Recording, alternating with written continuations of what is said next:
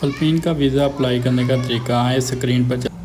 अस्सलामुअलैकुम। आज हम आपको फ़िलिपीन के वीज़े के मुतालिक बताएंगे। आपने गूगल पर जाना है, वहाँ पे लिखना है republic of the Philippines non immigrant.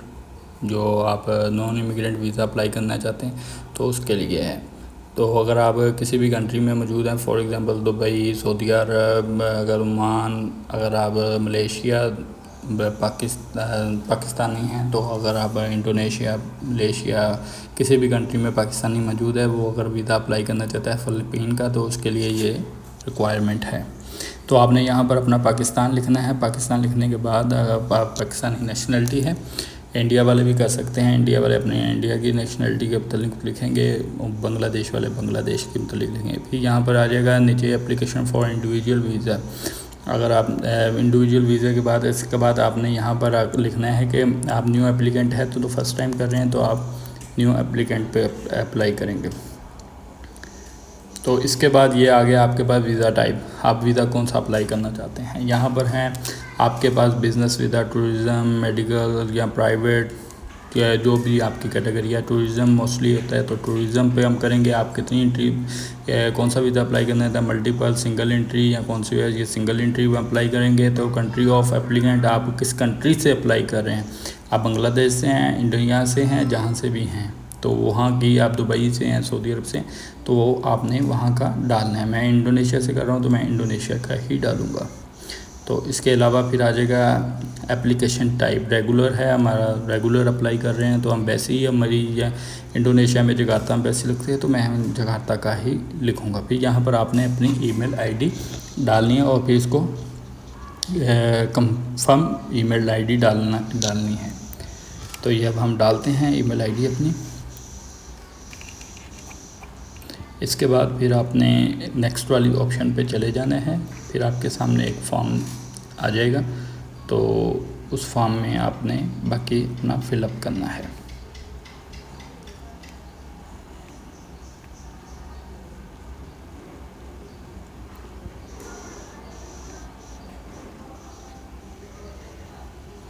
इसको आपने फिर नेक्स्ट कर लेना है। नेक्स्ट करने के बाद ये आपके पास फॉर्म निकला है। यहाँ पर आपने अपनी पिक्चर जो है आपने अपलोड करनी है। पिक्चर वाइट बैकग्राउंड में होनी चाहिए और इनकी रिक्वायरमेंट के मुताबिक जेपीजी फाइल के अंदर होनी चाहिए। इसके बाद आपने अपना सरनेम, जो भी आपका नाम है, ज़ुबैर अली, जो भी आपका नाम है, आपके पासपोर्ट के मुताबिक जो भी नाम है, आपने वो यहाँ पर दर्ज करना है।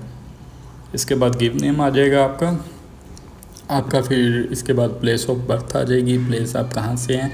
अगर आप पाकिस्तानी हैं तो लाहौर से अप्लाई कर रहे हैं तो लाहौर का डालेंगे, कराची से हैं तो कराची का डालेंगे, जहाँ से भी हैं आप बिलोंग करते हैं तो वहाँ का डालेंगे। फिर आपकी डेट ऑफ बर्थ आ जाएगी, एज आ जाएगी। फिर कंट्री ऑफ सिटीज़नशिप जो आपकी पाकिस्तानी है, बांग्लादेशी हैं तो बांग्लादेशी है, इंडियन है तो इंडियन है, तो सेक्स मेल है। कॉन्टैक्ट नंबर आपने डाल देना है। आपने हाउस नंबर डालना है अपना या जो एड्रेस जहाँ पर आप रह रहे होंगे वहाँ का एड्रेस कंप्लीट यहाँ पर डालना है। उसके बाद फादर नेम, मदर नेम, और इसके अलावा सिविल स्टेटस, जो आपका शादी हैं, अनमेरिड हैं, जो भी हैं वो आप यहाँ पर आपका सिविल स्टेटस आ जाएगा, मैरिड हैं, अनमेरिड हैं, जो भी आप वहाँ पे लगाएंगे। Name of age and civil children, अगर आपके बच्चे हैं तो उनका आप डिटेल डालेंगे। पासपोर्ट नंबर डालेंगे। इसके बाद आपने डेट ऑफ इशू पासपोर्ट की और वैलिड डेट डालनी है। उसके बाद नेशनलिटी, आईडी कार्ड और पोस्ट ऑफ आपने कहाँ से एंट्री करनी है, और लेंथ ऑफ स्टे आपने कितनी देर वहाँ पर रहना है। डेस्टिनेशन, आपकी डेस्टिनेशन कौन सी है। इसके बाद आपने जो डॉक्यूमेंट्स एम्बेसी में जमा करवाने हैं, आपके सपोर्टिंग डॉक्यूमेंट्स जो भी अवेलेबल हैं, अगर वो आपने साथ लेके जाने हैं, जमा करवाने हैं, तो वो यहाँ पर आप क्लिक करेंगे कौन कौन से आपने डॉक्यूमेंट्स लेके जाने हैं।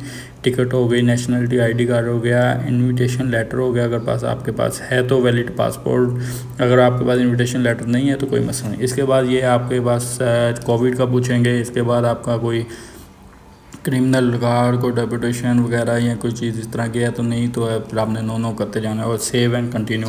आपको इसको सबमिट करने के बाद आपको एक लेटर वसूल होगा आपकी मेल पर। आपने उसको लेटर को डाउनलोड करना है। डाउनलोड करने के बाद साइन करना है। साइन करने के बाद उनको दोबारा फर्दर उसको बैक फॉरवर्ड मेल कर देनी है। तो फिर उसके बाद आपको कंफर्मेशन लेटर आपने करने के बाद आपका वो रिक्वायरमेंट डॉक्यूमेंट्स ये हैं, ये हमने डॉक्यूमेंट साथ लेके जाने हैं और वहाँ पर जाके फ़ाइल जमा करवा देनी है और पासपोर्ट अपना ओरिजिनल दे देना है।